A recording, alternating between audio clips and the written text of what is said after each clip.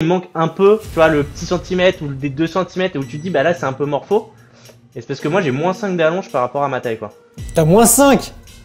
Je suis un pingouin, moi. Oh putain. Qu'on pense des prises lisses. Même réponse, c'est de La la merde. C'est un petit T-Rex, ça. On a des mecs avec des seaux d'eau au haut de la voie là. Oh le nulos. Bonjour à tous et bienvenue dans Entre Grimpeurs, le podcast escalade le plus solide du game, le plus réel du game, le plus moustachu du game, le plus traction à un bras du game. Ici on parle et on débat de la grimpe dans toutes ses formes jusqu'au plus controversé. Les épisodes sont enregistrés en live le lundi à 18h, donc si vous souhaitez participer à l'émission, tous les liens sont dans la description. Bon épisode. Bonjour à tous et bienvenue dans ce nouvel épisode d'Entre Grimpeurs. Après bientôt 2 mois de live sur Instagram, on a enfin décidé d'évoluer et de vous proposer toujours plus de qualité. Et c'est pour ça qu'on se retrouve dans un décor un petit peu différent, car le podcast, le live, a officiellement émigré sur YouTube. Donc c'est un plaisir de vous retrouver ici. Si jamais vous nous écoutez en replay sur YouTube ou Spotify, vous pouvez venir participer à l'émission directement en live sur YouTube tous les lundis à 18h. Cette semaine, on va se pencher sur un sujet un petit peu épineux, un sujet qui risque de faire un petit peu polémique, et on se doute qu'on va encore, une fois, avoir pas mal de commentaires qui vont essayer de venir un petit peu nous embêter, et c'est pas grave, on adore ça, ça nous ravit. On a aiguisé nos machettes, et on va parler cette semaine de est-ce que l'escalade, c'est vraiment morpho? Est-ce que la taille, ça compte? Est-ce que le poids, ça a son importance pour devenir un bon grimpeur? Bref, on va un peu parler des caractéristiques physiques qui composent que le corps d'un grimpeur. Pour m'accompagner, je serai donc avec Baptiste, fondateur de la marque d'escalade Nival Climbing, cofondateur de Côté Bloc, youtubeur, entrepreneur, mais aussi avec Amael de la chaîne A-Block, Explore Rider, comme il se définit lui-même, qui touche un petit peu à tout, au surf, au VTT, au ski, et évidemment à la grimpe. En fait, à tous les sports d'outdoor, à tous les sports extrêmes. Et enfin, pour terminer, on sera également avec Guillaume de la chaîne Style Alpin, spécialiste de l'histoire de l'alpinisme, de l'escalade, et journaliste à son compte indépendant. Comment ça va les gars? Est-ce que vous avez la forme? Je vous propose qu'on commence par se faire un petit tour, chacun un peu de nos actualités, de ce qu'on a fait cette semaine, des projets qu'on a en ce moment. Baptiste, t'es chaud de commencer, mec?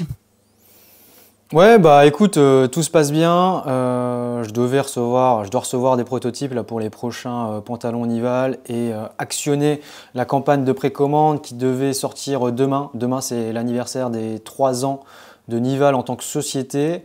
Malheureusement, on n'a pas reçu les prototypes à temps, donc ça va être un peu décalé la sortie des précommandes, mais en tout cas, on va la sortir prochainement. Je voulais faire un petit coucou à Max Berton qui a décroché sa première médaille sur le circuit senior. Juste après être rentré dans l'écurie Nival en début avril. Donc il a décroché sa première médaille d'argent. Je tenais à le féliciter, je suis très fier de l'avoir dans l'écurie Nival. C'est fou. Un mois après qu'il rejoigne Nival, ouais. Il décroche sa première médaille en senior contre des mastodontes de la grimpe en voie. Donc voilà, super content, super heureux. Yep. Et là, je vais monter sur Paris pour faire un shooting avec lui. Et on le rappelle évidemment les gars, si vous cherchez un pantalon d'escalade qui soit robuste, qui soit esthétique, qui soit résistant et qui soit évidemment pratique et adapté à la grimpe, on a une belle marque, Nival, c'est français. C'est de la bonne qualité, un rapport qualité-prix qui dépasse toute concurrence, donc n'hésitez pas, évidemment, à aller checker tout ça. Amael, comment ça a été ta semaine, mec? Les projets, ça dit quoi? Eh ben écoute, plein de beaux projets. Il y a l'épisode avec Vincent Grimpe qui est sorti avant-hier, qui est sorti sur ma chaîne YouTube, donc je vous invite à aller vous abonner, à aller cliquer sur les boutons like, mettre plein de commentaires. Toujours chouette de partager des projets avec d'autres créateurs de contenu, comme on le fait ici avec Entre Grimpeurs. Et puis j'ai lancé tous mes coachings avec les programmes ambassadeurs là qui viennent de se lancer. Donc voilà, c'est le début de l'aventure pour un an et demi, pour 13 grimpeurs que je vais accompagner d'un projet salle vers de l'outdoor et essayer d'atteindre leurs objectifs le plus rapidement possible, ou en tout cas dans les meilleures conditions possibles. Donc trop fier de ça, trop fier de cette équipe et puis hâte de voir ce que ça va donner très prochainement. Trop bien. De se lancer. Ça a démarré là, du coup, le programme. Exactement. Ça a démarré. Là, les derniers rendez-vous pour fixer les premiers objectifs, c'était aujourd'hui. Donc, Ok. il n'y a plus qu'à. Je croise les Trop doigts, chouette. je leur donne de la force et puis on va voir ce que ça va donner. Et on leur en donne aussi. Et de toute façon, s'ils sont abonnés à la chaîne Entre Grimpeurs, ils peuvent faire que performer. Si tu veux, si tu fais partie de nos auditeurs, t'es forcément un énorme beau gosse. Et ça va trop bien marcher. À propos de beau gosse, Guillaume, comment ça va, bro? Bah écoute, ça va, moi. En ce moment, je suis en Italie et je voulais. Bah, le projet c'était d'aller grimper un peu à Finale Ligure, mais bon, là, on est un peu sous les trompes d'eau, donc je vais peut-être me reporter sur le surf plutôt demain matin. Et voilà, mais ouais, sinon, tout va bien. En tout cas, tout va mieux parce que j'étais un peu malade la semaine dernière, je n'ai pas pu être là. Mais là, normalement. Ouais, ça on a remarqué. On devrait être pas mal. J'ai encore un petit reste. Ouais, tu m'étonnes. Ok, trop chouette. Bon, bah écoutez, les amis, je vous propose qu'on rentre directement dans le vif du sujet. Parce que cette semaine, on va se demander, voilà, est-ce que la taille, ça compte vraiment en escalade? Parce qu'on entend un petit peu de tout et son contraire. On voit que voilà, les personnes petites sont là, ah, gna, gna, gna, c'est morpho. Et là, t'as les grands qui leur disent, ouais, non, t'as juste à get good, deviens bon, sois plus fort et tu verras, ça va très bien marcher. Il y a Aimori qui revient à chaque fois, qui est toute petite. Il y a Lynn Hill qui mesurait, je le rappelle, 1m57 et a quand même été la première grimpeuse, hommes et femmes confondus, à avoir grimpé le nose en libre en 1993. Donc, on pourrait quand même se dire que voilà, peut-être que la taille, finalement, ça compte pas tant que ça. Mais en même temps, on en entend parler à chaque fois. Alors, oui, bon, le morpho, c'est pas un sujet qui nous concerne, nous, étant donné qu'on fait tous plus d'1m80. Ceci est évidemment complètement faux. On fait tous moins d'1m70, à part Guillaume, peut-être. Donc voilà, on assume. Ici, c'est un podcast réel et on vous dit les choses. On n'a pas honte, on est tous petits. Donc ce sujet, je l'avoue, nous tient particulièrement à cœur. Et pour entamer ça, on va directement commencer avec la rubrique d'Amael, prise de bec ou prise de bac, qui va nous dire que l'escalade c'est morpho. Là, il n'y a pas de point d'interrogation, c'est voilà, c'est comme ça. Amael, qu'est-ce que tu as à nous dire là-dessus, mec? Non, bah effectivement, en fait, ce qui a amené le sujet, pour tout vous dire, quand on a brainstormé le chat, c'est que j'ai un grimpeur dans mon entourage qui arrête pas de me dire non mais tu te plains tout le temps, tu dis toujours que l'escalade c'est morpho et c'est vrai que c'est une phrase que je dis beaucoup. Donc je me suis posé cette question, c'est de savoir est-ce que l'escalade c'est vraiment morpho comme on peut l'entendre beaucoup de fois ou pas. L'escalade à mon sens, et on est tous petits, on en conviendra, en étant petit, t'es très vite confronté par moment à la taille et à ton gabarit. Et c'est en ce sens que nous on va très facilement se dire bah, l'escalade c'est morpho. Alors qu'un grand, tout de suite, la première réflexion qu'il va dire, c'est « Oui, mais tu forces pas assez, mais t'es juste pas assez fort !» Et donc, c'est vrai que c'est le truc un peu frustrant et agaçant que de se dire « Mais tu forces comme un malade, comme un taré, et des fois, tu vois juste des gens qui ont le bon gabarit et hop, ils atteignent les prises sans forcer. Et donc, c'est sûr que c'est très facile quand tu es grand et quand tu as un grand index, des grandes allonges, par rapport à ta taille. En fait, ce qui est important, c'est pas tant d'être grand, mais c'est surtout d'avoir plus d'allonge que ta taille. Et donc, en fait, c'est souvent des gabarits qui sont quand même assez aisés dans ces profils-là, en ayant des très grandes allonges qui vont dire, bah non, mais t'as juste à t'étendre, à tendre les bras, et puis forcer plus. Et donc, en fait, la question que je voulais vous poser ce soir, c'est de savoir si est-ce que c'est juste, pour un grimpeur, peu importe sa taille, que de coter un bloc de la même intensité. Parce que des fois, bah, quand t'es un peu petit ou un peu juste, bah, au final, dans un 6A, bah, ça sera peut-être l'intensité d'un 6B ou d'un 6C pour toi. Donc, est-ce que c'est juste d'avoir une seule cotation, malgré le fait que on ait tous des compétences et des qualités diverses et variées? Bonne question. Vous avez un truc à dire là-dessus, Guillaume? Toi qui adores le sida. Tu veux dire, est-ce qu'on pourrait avoir des catégories comme il y a des catégories genre de poids pour les sports de combat, c'est ça que tu veux dire? À réfléchir, en fait, pourquoi pas? En fait, c'est un concept où je me suis dit à quel moment on peut déterminer qu'effectivement un bloc, bah, il est absolument pas morpho, il vaut vraiment sa cote. Parce qu'il y a des blocs, tu prends Rainbow Rocket à Fontainebleau, bah ouais, c'est un énorme jeté. Le mec, il sait pas grimper. c'est un bloc qui cote 8A. Bah, si tu fais un peu de parcours, que t'es grand, tu fais 8A. Est-ce que ça veut dire que tu sais grimper du 8A? Pas pour moi. Non. Pour moi, Pour c'était juste ceux- une merguez qui a le bon gabarit pour faire 8A, mais ça veut pas dire que tu sais grimper dans le 8e Ouais. degré. Ouais, après, Pour ceux qui voient pas ce que c'est que Rainbow Rocket, c'est un bloc qui se fait en un mouvement. Où en gros, tu as juste un énorme jeté à faire en mettant un pied gauche sur ta prise de main de départ et tu atteins le haut du bloc. Et littéralement, il se fait en un move. Vous pouvez taper Rainbow Rocket, vous voyez pas de quoi on parle. non, bah, Vas-y Guillaume, pardon. c'est sûr que dans ces cas de figure-là, moi je suis assez pour la segmentation en sport. En fait, s'il y a des catégories de poids pour les sports de combat, c'est pas pour rien, tu vois. C'est que ça te donne vraiment un avantage. Quelqu'un qui fait 40 kilos va pas taper comme quelqu'un qui en fait 150, tu vois. Donc oui. Et sur l'escalade, alors du coup c'est très marginal puisque c'est vraiment dans des configurations très très précises. Mais j'avoue que c'est un débat qui peut être posé. Et autant moi je suis plutôt partisan de s'il y a besoin de segmenter parce que telle discipline ou en l'occurrence de l'escalade, telle voie, tel bloc est faisable différemment en fonction de ta force physique ou de tes dimensions, etc.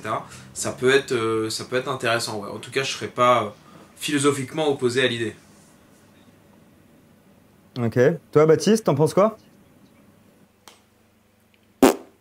Franchement, j'ai pas réfléchi à ce sujet.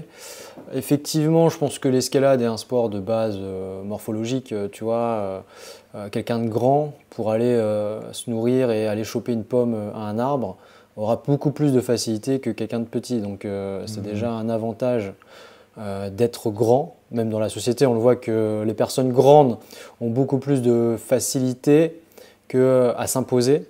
Je parle dans la vie en général, en société, que les personnes plus petites.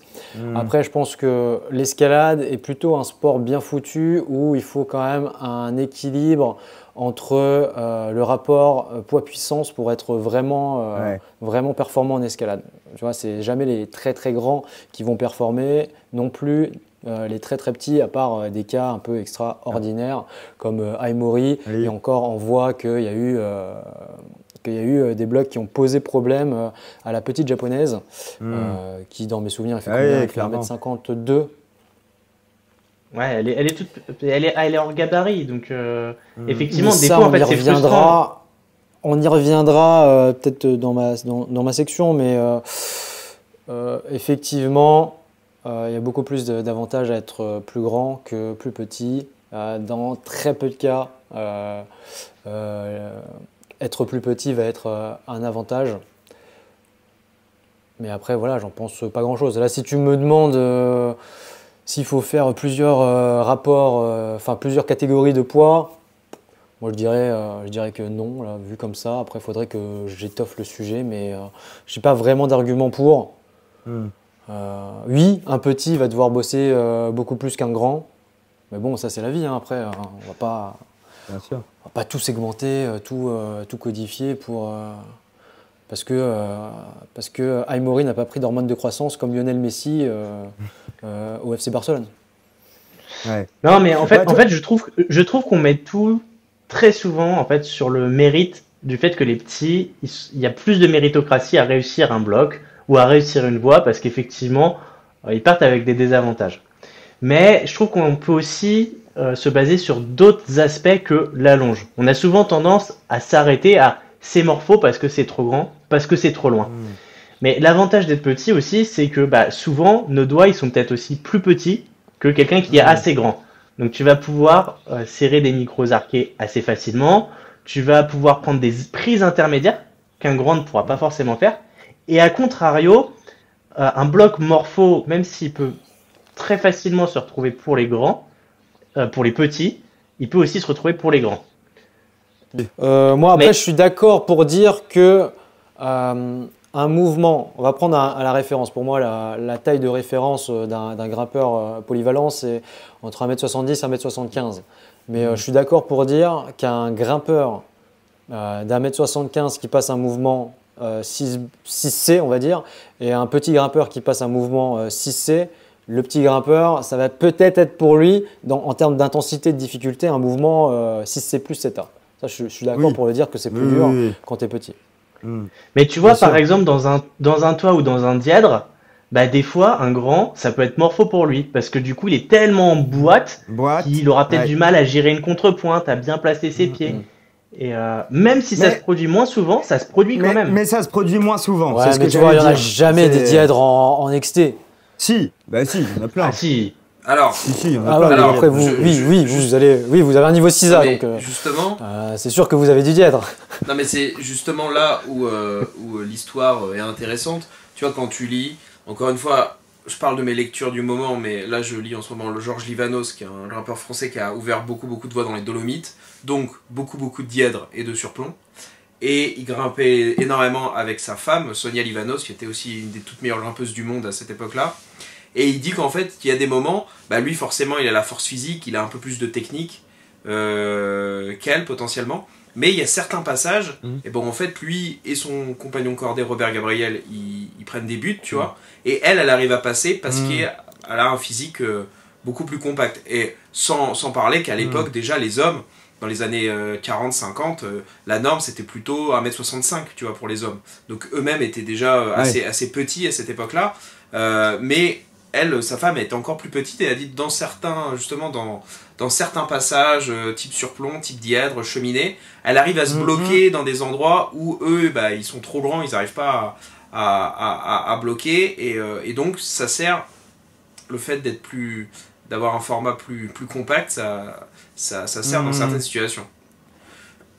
Ouais, mais c'est comme Lynn Hill, une des raisons. Il n'y a évidemment pas que ça, mais une des raisons qui a fait qu'elle a été la première à réussir à passer une des sections les plus difficiles du nose, qui s'appelle le Great Roof, c'est qu'en fait, dans cette section, tu as une fissure qui est incroyablement fine, où les grimpeurs hommes n'arrivaient pas à caler leurs doigts, et elle, justement, elle arrivait à passer des petits bouts de phalange dans cette fissure, ce qui lui a permis de passer cette difficulté-là. Donc au final, être petit, ça a aussi des avantages. Ça en a moins que d'être grand, mais heureusement, ça en a aussi, oui. Je pense qu'à l'époque, surtout, tu vois, des années dont je parle, 50, 40, 60, bah, c'était aussi l'escalade artif. Tu vois, au bout d'un moment, sur certains passages de surplomb, se rétablir sur des étriers, etc. Le fait d'avoir aussi un centre de gravité peut-être plus recentré, tu vois, d'être plus... ça pouvait avoir ses avantages aussi. Peut-être que le fait d'être grand est intéressant aujourd'hui dans l'escalade de difficulté où tu as des prises tous les 3 mètres, tu vois. Mais à l'époque où la norme c'était plus l'artif, peut-être que justement ça devait lisser un peu les gabarits, mais même le fait d'être plutôt petit permettait peut-être d'avoir plus d'aisance dans ce type de terrain. Mais je te rejoins, je pense que l'évolution aussi des ouvreurs, de l'ouverture et des compétitions, et du coup de ce qui se retranscrit aujourd'hui en salle d'escalade privée, tend aussi vers une escalade de plus en plus dynamique. Qui dit dynamique dit aussi éloignement des prises et mouvement où il faut de l'explosivité. Et cette explosivité, en fait c'est assez drôle parce que ça me fait penser un peu à cette évolution aussi dans l'entraînement, parce que là je suis vraiment avec mes athlètes en train de voir un peu ce qu'on peut mettre en place. Tu les appelles athlètes ? Ouais, c'est des athlètes, c'est des machines. C'est mes petites machines à moi, c'est mes petits solides. Yes. Et c'est des athlètes de petit niveau. C'est pas des athlètes de haut niveau, c'est des athlètes de petit niveau. Mais t'inquiète qu'ils vont s'envoler. Mais là où je voulais en venir, c'est que du coup, forcément, cette escalade qui est de plus en plus dynamique favorise aussi de plus en plus les grands, parce que plus t'as d'allonge et plus c'est facile aussi d'envoyer loin. Même si t'exploses et que t'as énormément de puissance dans les jambes et dans le haut du corps, bah il y a un moment t'es quand même limité par ton gabarit. Mais ce qui est assez drôle, c'est là où je voulais en venir, c'est que dans l'entraînement avant, je pense que, allez, on revient 15-20 ans en arrière, l'entraînement constituait à essentiellement tout axé sur le haut du corps. C'est-à-dire que on s'entraînait, on allait à la salle de muscu, on faisait du développé couché, on poussait de la fonte, et on travaillait chaque groupe musculaire de manière indépendante. Et en fait, aujourd'hui, avec cette escalade de plus en plus moderne, et bah, tu vois que là où avant on délaissait le travail des jambes pour être plus léger et avoir du coup un rapport poids-puissance plus important avec un haut du corps développé pour tanker, arquer les prises, bah, aujourd'hui, on travaille de plus en plus dans l'entraînement les jambes. Parce qu'on se rend compte que, bah, effectivement, pour sauter, pour aller chercher les prises, pour gainer, bah, il n'y a pas que le haut du corps. Et du coup, tu peux surcompenser et aller chercher d'autres qualités voilà, en travaillant du coup les jambes qu'on ne travaillait pas avant. Mais je pense qu'effectivement, être petit était peut-être plus avantageux par le passé. Et aujourd'hui, avec plus de dynamique et des moves un peu plus loin, vaut mieux être peut-être un peu plus grand. Et toi, tu compenses avec quoi ta petite taille, Amael? Moi, je compense pas. Je compense pas. Honnêtement, je choisis mes projets. C'est-à-dire que quand je vais en extérieur, si je vois que ça passe pas, je vais pas m'acharner. Si tu me dis demain, je peux être plus grand, oui, je signe. Tu vois, je signe en bas de la page. Hein. Je trouve que, en fait, t'es vite limité et en salle, tu peux pas compenser. En fait, tu peux faire qu'avec tes qualités. Compenser, Si. oui, mais je considère pas que je compense. C'est-à-dire que effectivement, mon bras de levier et le fait d'avoir une capacité à serrer très très fort et à aller très haut va me permettre d'aller chercher plus loin. Mais donc ça pourrait être considéré comme une compensation par rapport à un grand qui arme peut-être moins pour aller chercher la prise. Mais je considère que j'ai tellement tout le temps grimpé comme ça que j'ai pas cherché à développer des qualités et à surcompenser dans un entraînement spécifique pour des manquements. Oui. Je sais pas si c'est très clair dans mon explication. Je vois ce que tu veux dire. Après, en général, quand tu es petit, tu as vraiment deux choses qu'il va falloir absolument chercher à développer. C'est d'une part ta souplesse, ce qui va te permettre de pouvoir monter tes pieds beaucoup plus haut, de faire pas mal de pieds-mains. Et forcément, si tu peux monter tes pieds plus haut, ça te permet de pouvoir développer et, in fine, d'atteindre des prises de main qui pourraient être un petit peu plus hautes. Donc vraiment, si vous êtes petit, hyper important de faire votre souplesse, particulièrement la souplesse de bassin. Et l'autre chose, c'est d'apprendre à grimper en dynamique. Et ça, je sais qu'il y a pas mal de femmes qui ont un petit peu peur de pouvoir envoyer en... Pas forcément de jeter, mais juste d'envoyer en dynamique. Et parallèlement, c'est aussi plutôt les femmes qui sont les plus petites. Donc, c'est celles qui en ont le plus besoin.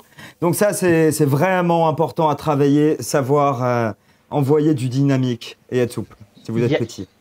Il y a Climbboy qui pose une très bonne question, et d'ailleurs, on te passe le coucou. Salut Sam, tu vas bien, mec?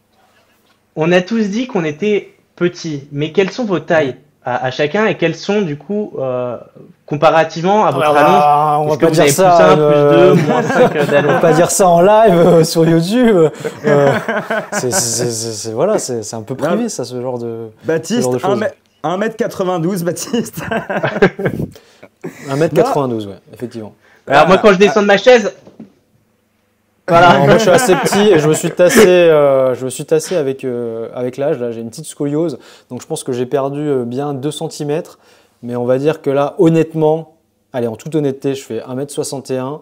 C'est marqué 1m63 sur ma carte d'identité, mais à l'époque, voilà, mon dos n'était pas encore si abîmé. Je dirais 1m61 et j'ai un apex quand même de plus 5. J'ai 1m66. Je suis au-dessus de Alex Puccio, si vous avez la référence. Ouais. Après, comment j'ai composé? Haut du corps. Voilà, haut du corps. Après, je suis très technique aussi. Vous êtes censé rigoler là, les gars. Surtout en dalle. Je voulais pas te mettre mal à l'aise. Non, moi, Baptiste, trop de crédit. Moi, je fais 1m65. Mon ape index, j'en ai aucune idée. Je l'ai jamais mesuré. Mais ouais, moi je l'ai mesuré parce que je me disais, en fait, ce qui était frustrant, c'est que je suis pas très petit en taille. C'est-à-dire que je dois faire un 69, peut-être un 70, allez, si on arrondit. Mais par contre, à chaque fois, j'avais le sentiment, tu sais, qu'il me manquait à chaque fois 2-3 cm. Je comprenais pas, tu sais, les gens, ils s'étendaient, ils allaient chercher les prises. Je fais, putain, mais quand même, j'ai beau muler. Et en fait, j'ai moins 5 d'allonge. C'est-à-dire que j'ai 1,64, 1,65 d'allonge. Et donc, en fait, c'est ça qui m'handicape. Et où je me dis, putain, je comprends en fait pourquoi à chaque fois il manque un peu, tu vois, le petit centimètre ou des 2 cm et où tu te dis là c'est un peu morpho. Et c'est parce que moi j'ai moins 5 d'allonge par rapport à ma taille quoi. Donc ouais, vaut mieux avoir. Moins 5 Ouais, j'ai moins 5. Je suis un pingouin moi. Putain. Oh le nul.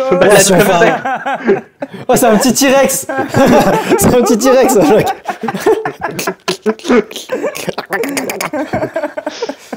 Ouais. J'ai rien pour faire de l'escalade, je suis pas très grand, j'ai des petits segments, mais ça n'empêche pas de grimper fort et de se faire plaisir. Mais effectivement, Ça, faut le rappeler aussi, on a toujours moyen de grimper fort, hein, quelles que Après, soient nos conditions. oui, après, c'est si on était vraiment, je pense, si t'es petit et que t'as vraiment envie de faire de la compète, moi j'ai vu qu'il y avait des mecs ultra chauds qui avaient leurs limites en compétition, qui arrivaient à aller aux France, mais bon voilà, ils se faisaient bouffer par les mecs qui avaient une taille optimale pour grimper. Mais en fait, en compète, ce qui est frustrant, c'est que tu peux réussir tous les blocs, être dans le haut du classement, et il suffit d'un move, tu vois, où là tu te dis, bah ouais, bah il manque un peu d'allonge, un peu de taille, et t'as beau surcompenser, bah tu perds direct des points dans la compète, parce que bah voilà, c'est plus compliqué pour toi. Mais sur une homogénéisation du niveau, c'est pas ça qui va faire de toi un mauvais ou un bon grimpeur. Tu restes un bon grimpeur que tu sois petit ou grand, mais c'est juste que bah ouais, des fois c'est un petit peu handicapant. Mais en extérieur, je trouve que même si tu peux t'y confronter, bah, tu peux quand même retrouver des projets chouettes. Et en salle, normalement, les ouvreurs font attention pour que tu aies quand même une homogénéisation du niveau, même si ça reste morpho. L'idée, c'est qu'il n'y ait pas non plus 5 codes de décalage entre bah, le mec qui fait 1,90 et le mec qui fait 1,70, quoi. Ouais, Mais bon. je vais répondre. Et on a un commentaire intéressant de Piette qui nous dit: c'est marrant, j'ai l'impression que les grands sont plus à l'aise au début, mais les petits gabarits apprennent vite à compenser par la technique et la force et les dépassent rapidement. Ah, c'est pas complètement faux ce que tu dis, mec. Je vois. Mais si tu prends un grand qui décide d'apprendre la technique et de devenir fort, bah, il va exploser aussi.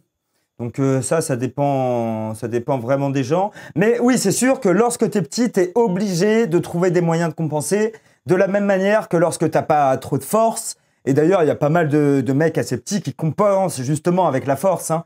Donc oui, il y a pas mal de schémas différents. Et t'as Baptiste qui demande la taille de notre bite. Pas du tout, mais d'où tu sors ça? C'est D'où quoi tu votre sors ça vraie taille avec ton truc aubergine là? Il a un petit complexe. Baptiste, il veut se rassurer en C'est un fait. complexe. Il demande au chat. Ah, je galère, hein. Attends, je suis petit, j'essaie de progresser en escalade. C'est sûr que c'est pas tout le temps facile, hein. Mais en tout cas, voilà. C'est pour le rapport poids-puissance, faut pas être trop membré. Mais en vrai, Si, blague à part, même faut pas pour qu'elle les soit trop nanas. grande, sinon c'est aussi de l'escalade. Tu vois, Non, mais escalade on partout, rigole, mais tu toute vois, ma vie. même les nanas, la poitrine, ça peut être handicapant aussi. Bah T'as oui. dans ton Ah ouais, gabarit, non, c'est clair. quand t'as une trop grosse poitrine, c'est pas si simple que ça pour faire de l'escalade. Ah bah, tu m'étonnes. Surtout si t'es sur une petite dalle là, comme ça, en équilibre, ça te repousse du bordel. Non mais Bah c'est vrai. ouais, non. Ouais. Non, mais c'est vrai que c'est un vrai sujet, on le prend à la rigolade, mais je le porte le sujet vraiment de manière intéressante parce qu'il faut le prendre aussi en considération. Faudrait inventer Non des. seulement c'est du poids, c'est du volume. Faudrait et, inventer des soutiens-gorge Vibram, quoi. Comme ça, t'es en adhérence partout. quoi, Putain, j'avoue. adhérence. Ah, Franchement, Ouais, Nival, c'est tu ce que vois, j'allais tu dire. marketes des soutifs en Vibram. Je pense que.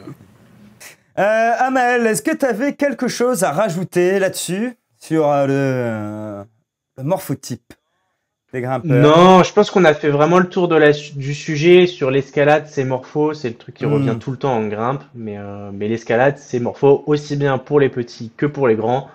Faut faire avec et prendre du plaisir. Voilà, c'est un peu C'est clair. le maître mot. J'en profite pour remercier le chat. Je suis très content de voir que ça papote pas mal, que ça déconne un petit peu. Ça fait super plaisir de voir que vous avez l'air de préférer YouTube qu'Insta, j'ai l'impression. N'hésitez pas à me dire là tout de suite. Vous en pensez quoi? Est-ce que le live est plus quali là sur YouTube par rapport à Insta? C'était de belles galères pour réussir à être là ce soir. Et d'ailleurs, je vais parler au nom de tous les quatre. On remercie énormément Mewen, aka Rotwitse, qui est présent, qui nous a aidé à tout configurer. Clairement, sans lui, on serait encore sur Instagram. Donc, vraiment, un énorme merci, mec. T'as géré de ouf. Cimer. Heureusement que t'étais là. Franchement, Ah ouais. Tu préfères YouTube, Tao, c'est super, bah ça nous fait extrêmement plaisir. Alors, j'aurais bien dit qu'on passe à la rubrique de style alpin, mais je n'ai pas de rubrique, Guillaume. Alors, disons que le sujet, je me suis creusé la tronche pour trouver quelque chose d'historique. À part vous dire que il y a 50 ans les gens étaient plus petits, et du coup bah tous les grimpeurs étaient globalement plus petits. Et là le livre que je suis en train de lire actuellement qui montre que bah, les femmes à l'époque voilà pouvaient aussi trouver leur place dans les cordées puisque les petits gabarits pouvaient aider en artif, dans les dièdres, enfin en tout cas dans les types de voies qui étaient pratiqués il y a 70 ans ou 80 ans. Moi j'étais tombé sur une vidéo qui m'a un peu marqué pour aller vraiment dans un autre sujet, ça reste dans la morphologie des grimpeurs, c'est quand du coup Magnus Midbo avait invité sur sa chaîne à grimper Eddie Hall, qui est un strongman britannique, donc qui fait les concours de strongman, donc vous savez les épreuves de force. Donc je sais pas, Eddie Hall il doit faire dans les 200 kilos à peu près, entre 150 et 200 kilos. Voilà. Pas très grand finalement, mais bon c'est un frigo quoi, il fait un mètre cube à peu près le gars. Et du coup c'était assez intéressant, donc il l'avait un peu entraîné en salle etc, donc il l'assurait lesté par je sais pas combien de sacs de sable, parce que forcément bah, la différence de poids était énorme entre lui et Magnus. Et il a fini l'épisode où il l'emmène grimper en falaise et tout, et le mec en fait il y arrive assez bien. Alors d'un côté le mec il est hyper fort, donc il peut compenser le fait qu'il est hyper lourd par sa force, mais tu voyais quand même qu'il galérait, hein, que le fait de se propulser sur ses jambes, de se tirer sur ses bras, dans des mouvements qui lui étaient pas habituels, c'était un peu compliqué.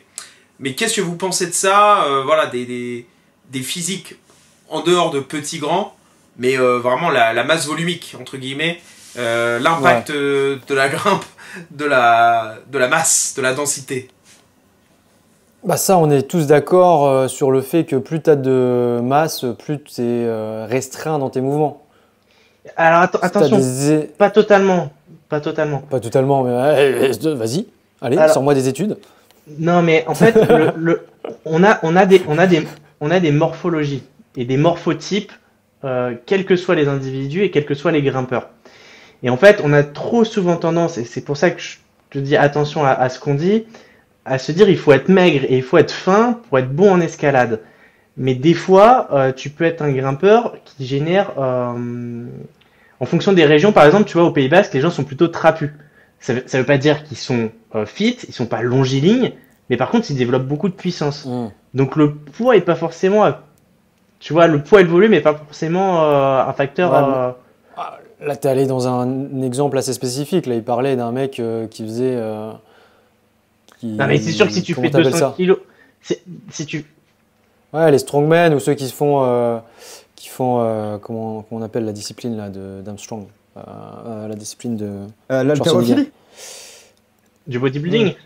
Du bodybuilding, oui, tu vois, ils ont les trapèzes complètement compressés. Enfin, ils ont plus d'amplitude dans les mouvements. C'est ce sport-là, pour répondre à la rubrique de Guillaume, ces sports-là, ils restreignent.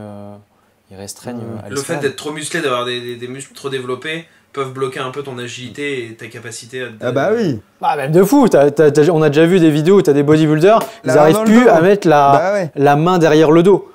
Et puis c'est lourd. En fait, Baptiste il est comme ça. Baptiste quand il sort le t-shirt, tu le vois se balader comme ça, tu es à la salle. Non mais regardez, moi j'ai l'air tout fin. Regardez, je suis tout fin. Par contre, tu vois, là, après l'exemple des bodybuilders est assez particulier parce que le but là, c'est un but esthétique, c'est de ressembler le plus musclé possible. Mais en fait, en force pure, finalement, un strongman, il s'en fout un peu de quoi il ressemble. Il va vraiment développer au maximum ses muscles. Donc, et quand tu regardes les entraînements de strongman, et c'est là où je crois que ça a aidé aussi Eddie Hall quand même, quand il a essayé l'escalade, c'est qu'ils ont énormément de proprioception, tu vois. Ils travaillent énormément ça pour vraiment savoir quels muscles contracter au bon moment pour réussir leurs épreuves. Là où un bodybuilder, c'est vraiment de l'apparence physique. De l'esthétisme. Je dis pas qu'ils ont pas du tout de muscles, mais tu vois, leurs muscles sont pas développés dans un but d'efficacité sportive. Ouais. Alors que les strongmen, finalement, tu peux avoir l'impression que c'est des masses, qu'ils n'arrivent pas à se mouvoir, mais finalement, pour faire les épreuves qu'ils font, ils ont besoin d'énormément de proprioception. Et ça, dans la vidéo de Magnus, tu montres bien que bon, bah, il y a plein de trucs qui l'handicapent dans son corps, forcément, pour le grimper. Mais par contre, au niveau de la proprioception et de bien savoir utiliser tous ses membres et de pouvoir savoir se mouvoir, ça par contre c'était intéressant, tu vois. Ouais, là en fait c'est ce qu'on dit là, c'est difficile de switcher d'un sport à un autre. Si on avait des conseils à donner à ceux qui veulent commencer l'escalade et qui ont fait des autres sports, comment réadapter son corps pour la discipline qu'est l'escalade, si par exemple tu as fait du crossfit. Le crossfit, ça va, tu restes quand même dans deux. Qu'est-ce que tu dois. C'est deux dynamiques. Tu dois travailler quoi, peut-être ta technique. Pour le bloc. Ouais, bon. Après, si tu veux faire de la grande voie, du terrain d'âme, ça faudra aller solliciter peut-être d'autres ressources et apprendre de la technique et de la gestuelle. Mais par contre, tu restes sur des sports explosifs qui sollicitent l'ensemble du corps. Par contre, celui qui a peut-être fait, 15 ans de gymnastique, il aura un haut du corps hyper développé. Il sera capable de générer énormément de puissance sur des agrès stables, mais par contre, le retranscrire sur le mur, là, il va falloir travailler différemment. Un gymnaste, il va tout exploser. Hein. Parce que justement, avec leur travail de proprioception, leur travail d'équilibre, leur travail sur des agrès mobiles comme les anneaux, ils ont développé leurs muscles profonds de manière extrêmement poussée. Un gymnaste qui se met à la grimpe, il sera trop fort très rapidement. Et d'ailleurs, les gymnastes sont souvent assez petits, je sais pas. parce que pour le coup, le fait d'être petit, c'est un avantage en gymnastique. Ouais, mais du coup, ils seront vite limités. Je sais pas, ils sont trop forts les gymnastes. Moi, je suis admiratif des gymnastes. Guillaume adore les joueurs de fléchettes. Moi, je suis fan de gymnastes. D'ailleurs, très beau physique, joueur de fléchettes pour grimper, magnifique. Avec le bide à bière qui tire bien vers le bas. Et comment on se reconvertit de joueur de fléchettes à grimpeur Non mais... Bah tu commences par la bière. Exactement. Ça c'est un point... À défaut de grimper, tu commences par la boisson. C'est un point commun déjà ça. Non mais par contre, tu vois, au-delà, bon là, le fait d'Eddie Hall c'était un truc un peu à part parce que ça reste un athlète de niveau. Mais moi je voulais parler de... quand tu t'imagines un grimpeur typique, c'est quelqu'un qui est sec en fait, c'est quelqu'un qui est vraiment assez fit.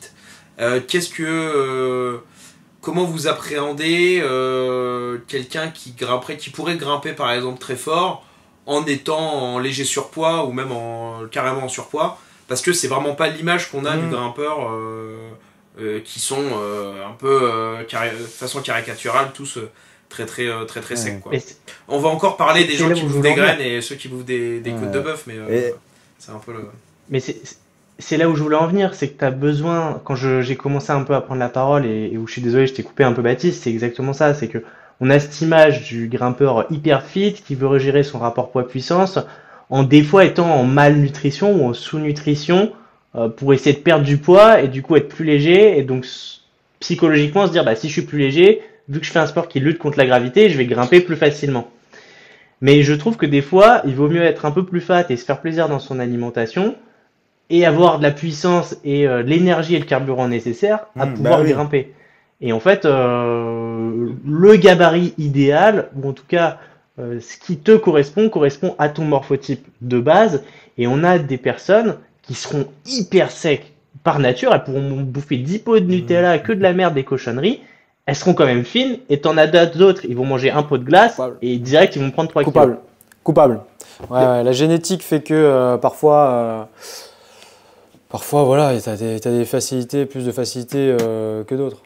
Après, pour le sujet du sous-poids, ça reste quand même une très petite minorité de grimpeuses. Effectivement, il faut alerter sur cette pratique, mais je ne pense pas que ça soit l'exemple type de ce qu'on veut être un grimpeur. Je pense qu'on a plutôt des exemples de grimpeurs assez fit qui donnent plutôt d'être un exemple d'être très healthy. Tu vois, Mac du Speedbow, si on parle du YouTube Game, tu regardes Adam Mondra, tu regardes tous les grimpeurs qui me viennent en tête, ils ont tous une silhouette athlétique et là, je suis pas trop d'accord avec toi dans le sens où il y a des sports, tu vois, et l'escalade en fait partie, mais comme le vélo par exemple, où c'est des sports, si tu veux performer, etc., qui t'obligent à avoir un physique que moi j'aimerais pas avoir pour aller à la plage, tu vois ce que je veux dire.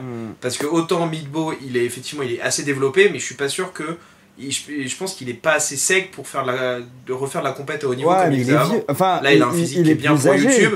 Par contre, Ondra, tu vois, Ondra, tu lui dis bon. Moi, je veux bien son physique, hein. Ouais, c'est ça. Non, mais par contre, est-ce que ça correspond au physique de performance absolue en escalade aujourd'hui? Non. Et Ondra, moi, je voudrais pas forcément son physique, tu vois. Mais c'est comme les cyclistes professionnels. Les mecs, c'est des machines de guerre. Par contre, est-ce que tu as envie d'avoir leur physique avec les bras squelettiques, des jambes énormes et pas de bras, tu vois, c'est aussi...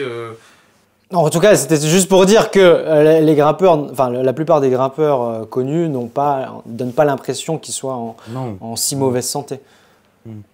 Ouais, mais après c'est entre le visuel et la réalité, et c'est bien pour ça aussi que l'IFSC aujourd'hui met en place des protocoles où ils essayent d'inclure voilà, le contrôle de l'IMC. Alors, est-ce que c'est plus ou bien fait? Ça, bon, c'est un autre débat. Mais en tout cas, c'est des sujets qui sont quand même d'actualité sur l'acceptation du corps, l'acceptation du gabarit du grimpeur, et faire en sorte que, voilà, c'était Laura Rogora, Ouais. l'italienne. Elle, je suis désolé, quand tu la regardes, c'est un squelette, hein, c'est un sac d'os. Hein. Enfin, Ouais. moi, ça Oui, me il y fait avait- peur. Il y a Hein. aussi Mais il y Aymori, en a plusieurs Aymori qui aussi. ont eu des qui ont été pointés du doigt. Ouais. Bah, en tout cas, moi Donc, j'ai déjà dit, faut rester en bonne santé, Oui. faut faire du sport si on mange beaucoup, mais de l'autre côté, il faut pas se priver, Oui, faut mais se faire plaisir. on en a déjà Le parlé. plaisir du sport vient dans ce que tu t'enfiles Et- derrière au repas et- juste Tout à après. fait. Et après, on ne sait pas si elles le font pour l'escalade. Hein. Ça peut être aussi Oui, un problème. c'est ça aussi qu'il faut peut-être rappeler. Un Oui, problème. il n'y a pas besoin de faire de pathologie, l'escalade pour avoir des TCA. Ça peut peut-être, dans certains cas, et encore une fois, on en a déjà parlé, tendre à favoriser ça. Mais voilà, c'est certainement pas la cause initiale. Mais encore une fois, on n'est pas psychologue, on n'est pas psychiatre, donc on ne s'étendra pas trop sur ces questions. Baptiste, pour ta rubrique, tu voulais nous demander est-ce que les meilleurs grimpeurs et grimpeuses sont-ils grands? Comment adapter une marque avec la morphologie des grimpeurs? Comment tu gères tes tailles de pantalon, mec? Non, c'est bah oui, on va effleurer le sujet, mais l'idée c'était de faire une petite, un petit sujet sur la taille moyenne des grimpeurs. J'ai réussi à retrouver des statistiques dans le haut niveau, d'après une analyse approfondie des classements de la Fédération d'escalade, la Fédération internationale d'escalade sportive, l'IFSC, que vous connaissez sûrement.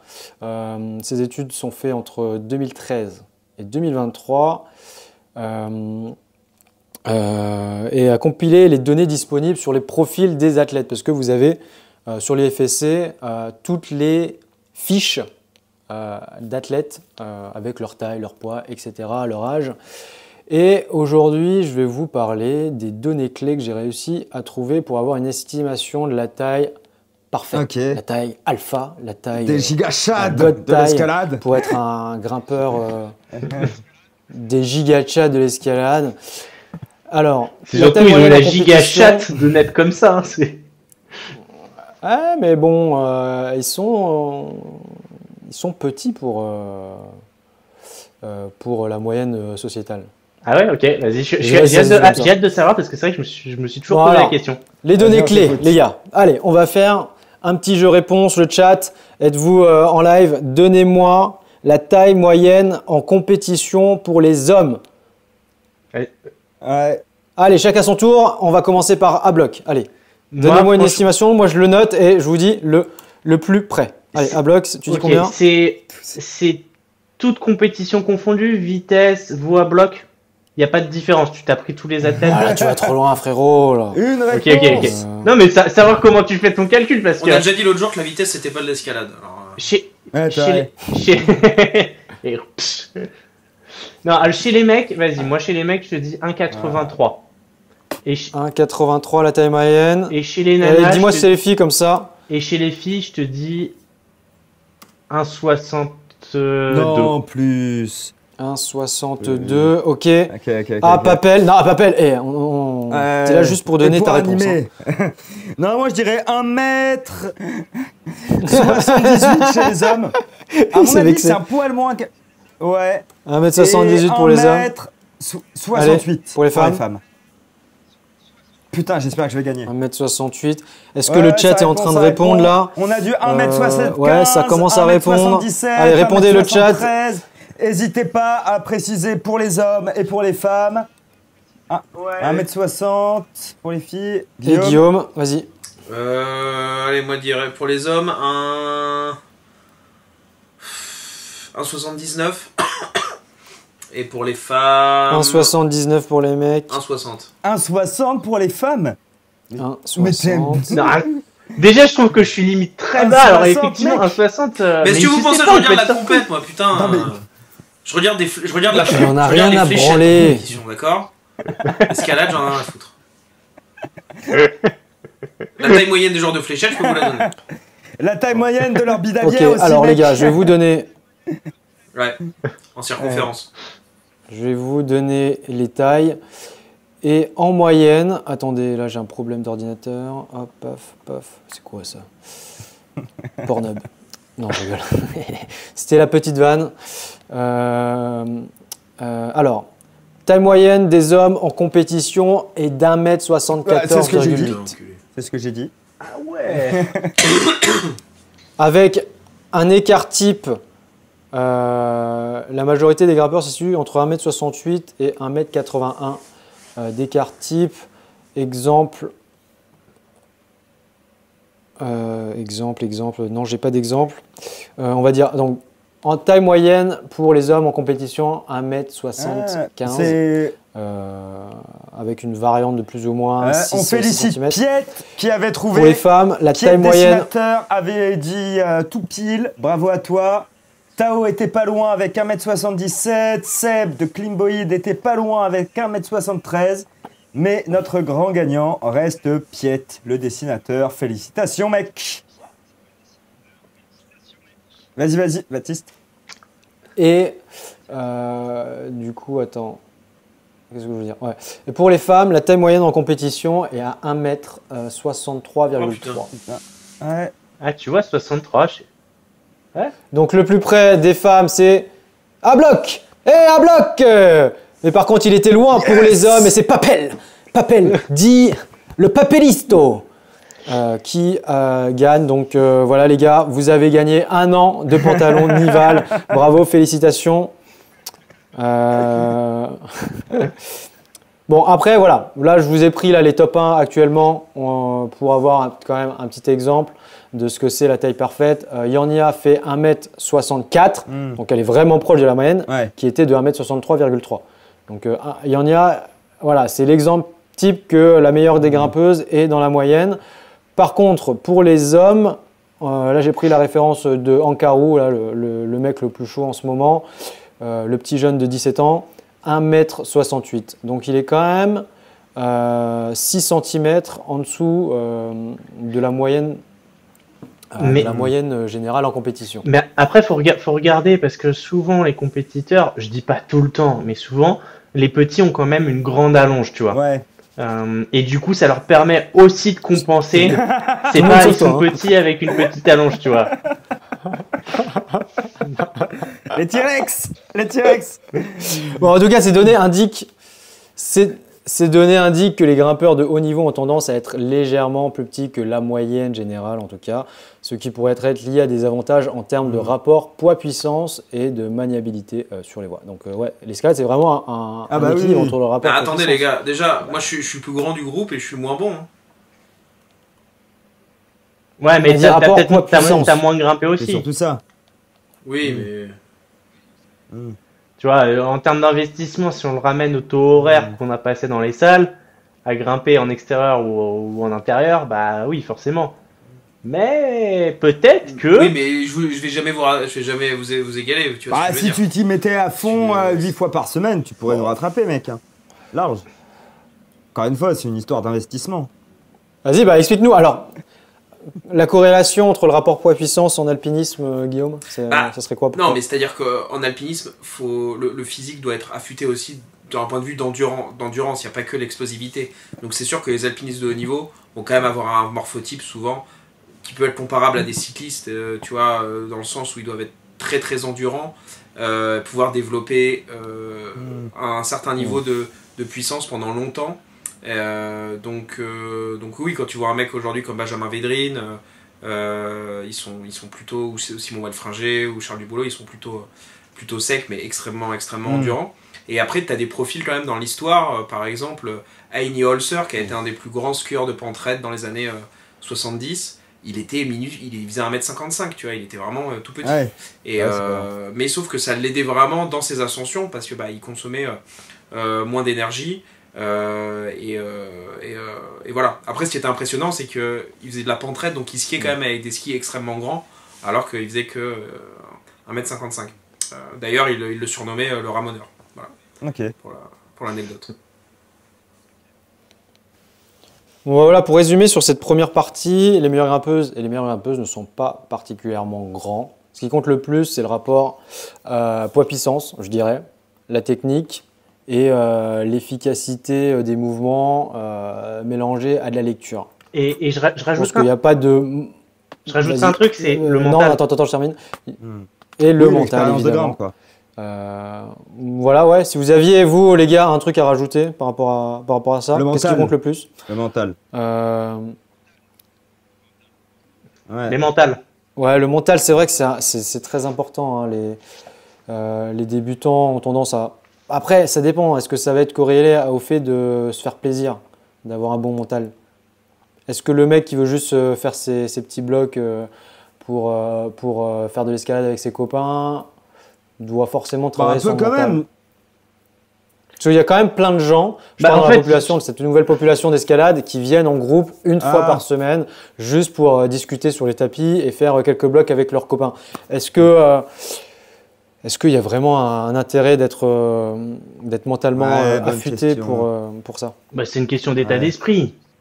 C'est une question d'état d'esprit. Si t'as envie d'évoluer et de progresser, il va falloir un moment que t'aies de l'ego, t'aies de l'envie, tu t'ailles affronter un peu tes peurs, que t'aies du lâcher prise. Après, si t'as juste envie de te faire kiffer et que tu te satisfais du niveau que t'as et que c'est juste un sport off ou un à côté, bon voilà. Après, c'est juste une question. Là, c'est même plus une question de gabarit, c'est une question de volonté d'investissement ou pas, tu vois, et de mettre l'énergie là où tu veux la mettre, quoi. Moi, je pense que c'est un peu plus profond dans le sens où il y a des sports où il y a des gens qui sont devenus des légendes de certains sports parce qu'ils avaient des capacités physiques hors du commun. Par exemple, Bernard Hinault, il a souvent dit qu'il était meilleur que les autres en vélo parce qu'il avait des meilleures capacités respiratoires. Du coup, il y a beaucoup de sports où il y a un mec pendant 50 ans ou un mec par siècle qui va vraiment dominer le sport uniquement grâce à ses capacités physiques qu'il a travaillé bien sûr après, mais qui sont grandement dues à des capacités physiques faites pour ce sport-là. Je pense que l'escalade, il y a tellement de choses qui rentrent en compte, et en montagne en général, la lecture, effectivement le mental, la préparation, savoir prendre les bonnes décisions au bon moment, avoir une technique, parce que il y a plein d'exemples de gens justement qui compensent leur désavantage de taille entre guillemets par la technique, mais des gens peut-être des fois trop grands qui ont recours à d'autres techniques pour passer des endroits où être plus petit ça serait plutôt facile. Moi je dirais que pour résumer, l'escalade ça reste un sport où tu peux vraiment même faire des choses à haut niveau sans vraiment être bloqué ou sans devoir attendre d'avoir des capacités physiques hors du commun. En tout cas moins que dans d'autres sports parce qu'il y a beaucoup plus de facteurs qui rentrent en compte et beaucoup plus de facteurs que tu peux travailler pour devenir un meilleur grimpeur autre que juste je respire plus que les autres, j'ai plus de capacité respiratoire, mon sang se régénère plus vite ou je sais pas, tu vois. Donc par rapport à d'autres sports, je trouve que l'escalade se démarque par beaucoup d'autres facteurs qui peuvent expliquer si quelqu'un est fort grimpeur ou juste s'il arrive à prendre du plaisir dans toutes les situations. Très bien. Moi, je voulais parler aussi de l'implication pour le business en escalade, mais je trouve que cette rubrique ne s'imbrique pas vraiment dans la thématique.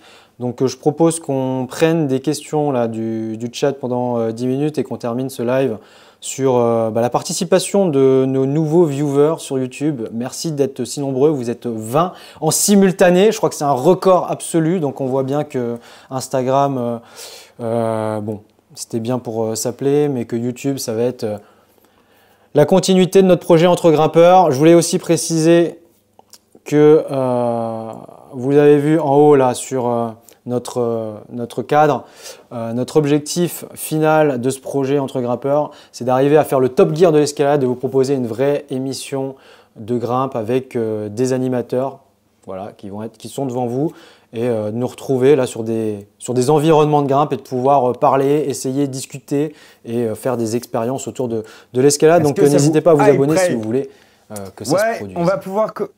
Bien sûr. Des questions, Papel, je te laisse, je te laisse animer les questions. Alors, mais déjà, personne n'en pose. Moi, je suis célibataire. Moi, j'en ai une. Papel, es-tu célibataire? Cherches-tu une copine? Et quel morphotype surtout? Quel morphotype? Moi, eh bien oui. Quel morphotype? Je suis tout à fait célibataire. Très honnêtement, envoie une bouteille à la mer, spécialement à la recherche, là tout de suite, d'une petite amie, mais bon, peut toujours être sympa si la personne est vraiment chouette. Donc voilà, envoyez CV. CV. Pour Papel, les meufs, c'est trop morpho à déjà. la Papel. Non, je rigole, bien évidemment. Et toi, Baptiste Baptiste, c'est bon? Ah, mais attendez, avant. Ah, parce que... Ok. Comment gérez-vous la frustration face à un bloc qui ne matche pas avec votre morphologie? C'est une excellente question. La mienne est très simple. Je passe à autre chose. Et si vraiment je vois que c'est morpho, bah ça va, la forêt est grande, les falaises sont grandes, il y a d'autres trucs à faire. Donc voilà, bah je vais simplement faire autre chose, perso. Je m'acharne pas. Moi déjà je fais pas 70% des blocs de la salle juste parce que j'ai pas de technique. Alors tu vois, avant de me frustrer parce que c'est trop morpho, j'ai de la marge quoi. Certes. Moi, c'est assez facile. C'est-à-dire que j'ai tellement intériorisé le truc. Alors, ça peut être chiant pour les autres, parce qu'en fait, je me plains tout le temps de ma taille. Mais vraiment tout le temps. C'est un truc genre, c'est morpho. Je pense que tu grimpes avec moi. En plus, j'ai le regard de quelqu'un qui fait de l'ouverture. Donc, ça me frustre quand je vois que le bloc aurait pu être optimisé, garder la même intensité et juste pas être limitant pour certains gabarits. Je dis pas que tu peux pas te tromper en tant qu'ouvreur, hein. C'est pas une science exacte. Mais quand tu vois des blocs où tu dis bah l'épaule elle est trop haute à aller chercher, qu'il fallait juste la redescendre un peu, ça aurait rien changé à l'intensité, à la difficulté du bloc, mais ça aurait permis de faire sans être en train d'hurler à la mort ou de se buter 10 fois plus. Là ça me frustre. Et donc des fois je suis souvent en mode ouais c'est morpho, c'est morpho, c'est morpho. Par contre dans ma tête, je me répète deux choses, Moraline et Motivex. C'est une sorte de petit mantra que j'ai dans ma tête. Et qui permet de me dire, allez, tu restes sur le projet, tu te motives, tu prends ta moraline, tu prends ta motivation avec ton Motivex et tu y retournes. C'est mon petit truc. Maintenant, si on est dehors, bah, et que je vois que la ligne elle fait pas parce que vraiment je suis pas dans le gabarit, bon, je vais voir autre chose. Mais en salle, j'ai ce côté de, je vais quand même essayer de me sortir les doigts et si ça le fait pas, j'irai à autre chose. Mais par contre, je m'investis quand même. Quand le bloc est quand les blocs sont nouveaux, je m'investis quand même dedans. Au moins une séance ou deux pour essayer de me dire allez vas-y t'as tout donné et si ça passe pas c'est pas grave, franchement il y a plein d'autres jouets, c'est un bac à sable ludique hein, pour moi hein, la salle et si le Motivex fait pas effet tu prends un petit Ragilux 3000, ça. Ok, toi Baptiste. Voilà, exactement. Comment gérez-vous la frustration face à un bloc? Bah moi je suis un peu comme Amael en salle, je vais souvent sortir. Oui moi aussi. C'est morpho, mais c'est plus pour rigoler. Tu vois, c'est plus pour, voilà, c'est de la boutade. Parce que moi, je me connais intérieurement, je suis un mec ultra déter, tu vois, on en parlait dans les derniers podcasts. Si un bloc me plaît, même si les mouvements sont durs, je vais poncer le mouvement, le mouvement pendant toute la séance, un seul mouvement. Et ça m'est arrivé par expérience aussi, les gars, ça m'est déjà arrivé que je dise qu'un mouvement c'est morpho, et que la fois d'après, je le réessaye avec une intensité un peu différente, un placement différent, et que je réussisse le mouvement. Tu montes mieux ton pied ou on t'envoie plus dynamique. Voilà, en fait, faut travailler. Ça reste l'excuse un peu facile, hein, le c'est morpho, quand on n'arrive pas à un move, en fait, pour gérer, on en a conscience. Il faut savoir le prendre avec un peu de second degré aussi. Hein.